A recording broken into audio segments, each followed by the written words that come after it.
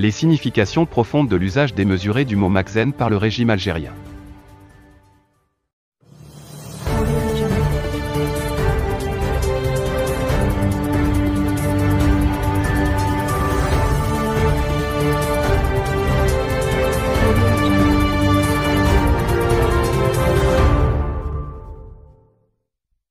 Au niveau des relations internationales, cet usage du mot Makhzen est exclusif au régime algérien.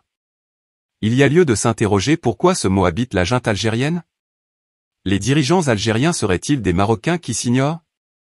En tout cas, cette appropriation du mot Makhzen dévoile une marocanité refoulée.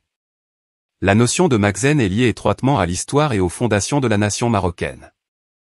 C'est au Maroc que cette notion a traversé les époques et a pris toute sa signification, avec, entre autres, l'organisation administrative installée par les Saadiens au XVIe siècle. Ils établirent partout des makhzens, des magasins de stockage de céréales pour assurer le ravitaillement des populations en période de sécheresse ou de disette. Le terme devint par dérivation synonyme de pouvoir central organisé et répondant aux besoins des populations non seulement alimentaires, mais aussi aux impératifs de sécurité, d'ordre et de quiétude. Aujourd'hui dans notre pays, il n'y a pas un emploi officiel du mot makhzen. Excepté pour makhzen mobile et makhzen administratif relevant des forces auxiliaires. Mais le mot makhzen est inscrit dans la mémoire collective marocaine. Il est souvent utilisé, spontanément, pour évoquer les notions d'État, d'administration et en général l'action publique, dans toutes ses déclinaisons. De la sécurité des personnes et des biens jusqu'à la protection des frontières du pays en passant par l'application des lois et règlements.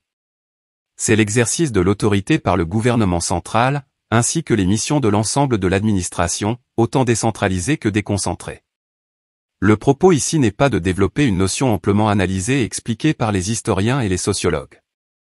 Il s'agit surtout d'examiner cette fixation obsessionnelle de la propagande algérienne sur la notion de makhzen dans un but supposé, mais vain, de dépréciation et de dénigrement.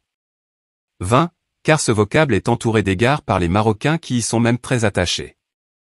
Si les vieillards séniles qui gouvernent l'Algérie cherchaient à connaître l'idée que se font les Marocains du makhzen, ils n'auraient aucune difficulté à connaître l'une des expressions les plus en vogue chez le peuple marocain, Alaï 3 Azal Makhzen. Cette expression qui peut être traduite par Dieu glorifie le makhzen, est souvent utilisée dans le cas d'intervention pour rétablir l'ordre et lutter contre les différentes formes de petite ou grande criminalité.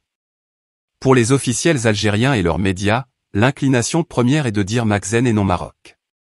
Une dichotomie factice qui n'a aucun sens pour le peuple marocain. Le makhzen serait pour la junte militaire le responsable de l'incurie de l'Algérie. Il radote ce terme des dizaines de fois par jour sans réaliser leur incohérence. Au niveau des relations internationales, cet usage du mot makhzen est exclusif au régime algérien. On ne le retrouve dans aucun autre pays. Son appropriation par la junte est inconséquente et même troublante. Il y a donc lieu de s'interroger. Pourquoi ce mot les habite? On n'est pas loin de penser qu'il s'agirait d'un très révélateur lapsus. Seraient-ils des Marocains qui s'ignorent? Cette appropriation dévoile, en fait, une marocanité refoulée. De plus, le sens que cette propagande donne au mot makhzen est basé sur un sens partiel et orienté de la notion telle qu'elle a été revisitée et galvaudée par une poignée d'aigris ou de protestataires marocains. Or, cela reste des Marocains, fils de ce pays. Il s'agit d'une affaire interne et de famille avec toujours, in fine, des gestes de bienveillance et de pardon. Faudrait-il rappeler que tous les États du monde, ou tous les makhzens du monde, même au sein de vieilles démocraties, sont obligés parfois de froncer les sourcils pour que force reste toujours à la loi. C'est un principe imprescriptible pour le vivre ensemble, sinon c'est la voie ouverte au désordre et à l'anarchie. Le régime algérien a donc opté, dans un mimétisme troublant, pour une signification tronquée, usitée au sein d'une infime faction marocaine. Il place ainsi l'Algérie dans le prolongement politique, socioculturel et linguistique du Maroc. À l'instar de cette poignée de dissidents marocains qui désignent leur pays par le mot makhzen, en utilisant ce même mot les dirigeants algériens reconnaissent une forme de filiation à la grande nation marocaine.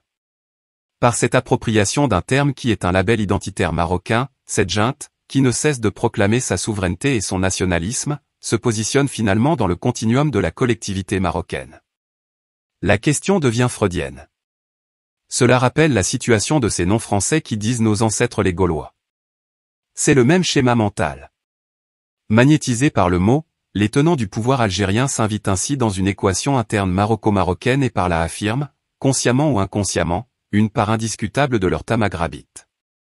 Par ailleurs, en essayant de dénigrer cette notion, les généraux algériens expriment forcément leur penchant pour la Siba, antonyme de Makhzen. Le lien doit être fait car les deux mots fonctionnent en synergie sémantique.